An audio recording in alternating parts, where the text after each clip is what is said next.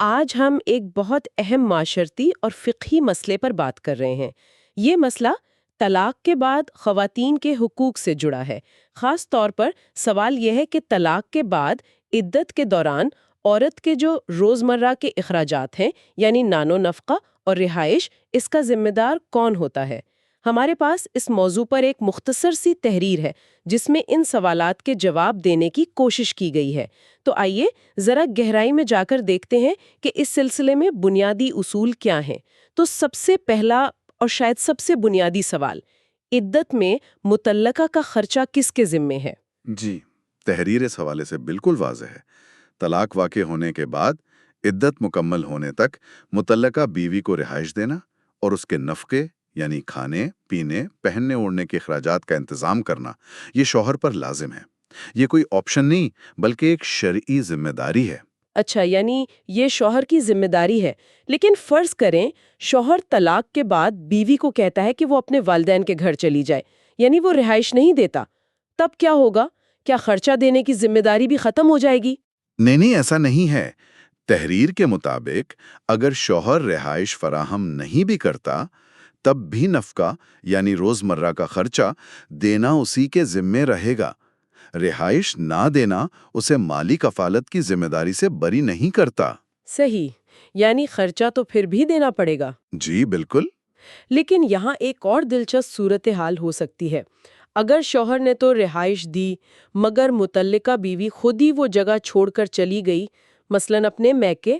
ہاں، یہ ایک اہم نقطہ ہے اور تحریر میں اسے استثناء کے طور پر بیان کیا گیا ہے۔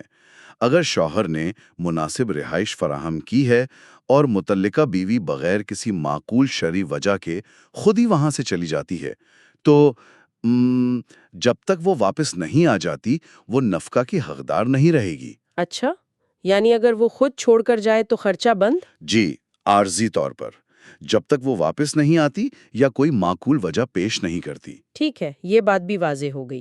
اب آتے ہیں ادائیگی کے طریقے پر۔ کیا یہ ضروری ہے کہ ہر مہینے پیسے دیے جائیں یا کوئی اور طریقہ بھی ہے؟ نہیں، اس میں کافی لچک ہے۔ تحریر بتاتی ہے کہ عدت کا جو مکمل نفقہ بنتا ہے وہ اگر فریقین چاہیں تو اکٹھا یعنی یک مشت بھی دیا جا سکتا ہے، اور اگر چاہیں تو ماہانہ یا ہفتہ وار قسطوں میں بھی ادا کیا جا سکتا ہے۔ اصل مقصد یہ ہے کہ متعلقہ کی ضروریات پوری ہوتی رہیں۔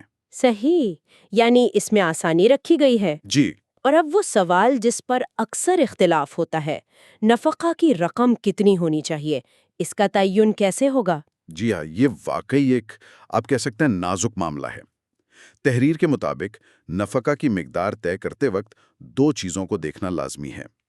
ایک تو شوہر کی مالی حیثیت یعنی اس کی وسعت یا کمانے کی استطاعت، اور دوسری چیز ہے بیوی کا اپنا معیار زندگی اور اس کی ضروریات یعنی اس کے اخراجات۔ یعنی دونوں کا خیال رکھنا ہے؟ بالکل، نہ شوہر پر اس کی طاقت سے زیادہ بوجھ ہو نہ بیوی کی حق تلفی ہو۔ تحریر کہتی ہے کہ سب سے بہترین طریقہ تو یہ ہے کہ دونوں فریق یعنی سابقہ میاں بیوی آپس میں رضامندی سے کوئی رقم طے کر لیں۔ باہمی رضامندی سے؟ یہ تو مثالی صورتحال ہے۔ جی بالکل، اس سے بعد کے جھگڑوں سے بھی بچا جا سکتا ہے۔ لیکن اگر جیسا کہ اکثر ہوتا ہے باہمی رضامندی نہ ہو پائے تو پھر کیا ہوگا؟ تحریر اس کا براہ راست حل تو نہیں بتاتی، لیکن اصول وہی رہتا ہے کہ تعین شوہر کی وسعت اور بیوی کی ضرورت کی بنیاد پر ہوگا۔ اگر آپس میں اتفاق نہ ہو تو پھر ظاہر ہے معاملہ عدالت یا کسی پنچایت وغیرہ میں جائے گا، جہاں منصف ان دونوں پہلوؤں کو سامنے رکھ کر ایک مناسب اور منصفانہ رقم کا تعین کرے گا۔ تو خلاصہ یہ ہوا کہ عدت کے دوران مطلقہ کی رہائش اور نان و نفقہ بنیادی طور پر شوہر کی ذمہ داری ہے۔ یہ ذمہ داری صرف اس صورت میں وقتی طور پر ختم ہوتی ہے جب بیوی خود بغیر کسی معقول وجہ کے شوہر کی دی ہوئی رہائش چھوڑ دے۔ ادائیگی اکٹھی بھی ہو سکتی ہے اور قسطوں میں بھی، اور رقم کا تعین شوہر کی مالی حیثیت اور بیوی کی ضروریات کو دیکھ کر بہتر ہے کہ باہمی رضامندی سے کیا جائے۔ آپ نے بالکل صحیح خلاصہ کیا ہے، اور یہیں سے وہ ایک غور طلب نقطہ بھی نکلتا ہے جس کا آپ نے بھی اشارہ کیا کہ اگر فریقین میں شوہر کی وسعت اور بیوی کی ضرورت کے منصفانہ تعین پر اتفاق نہ ہو پائے تو پھر انصاف کو یقینی بنانے کے لیے وہ کون سے ٹھوس پیمانے یا اصول ہیں جن کی بنیاد پر کوئی تیسرا فریق جیسے کہ عدالت فیصلہ کرے؟ کیا صرف موجودہ مہنگائی کافی ہے؟ یا اس عورت کا شادی سے پہلے کا معیار زندگی دیکھا جائے گا یا شادی کے دوران کا؟ یہ وہ عملی سوالات ہیں جن پر شاید ہمیں مزید سوچ بچار کرنے کی ضرورت ہے تاکہ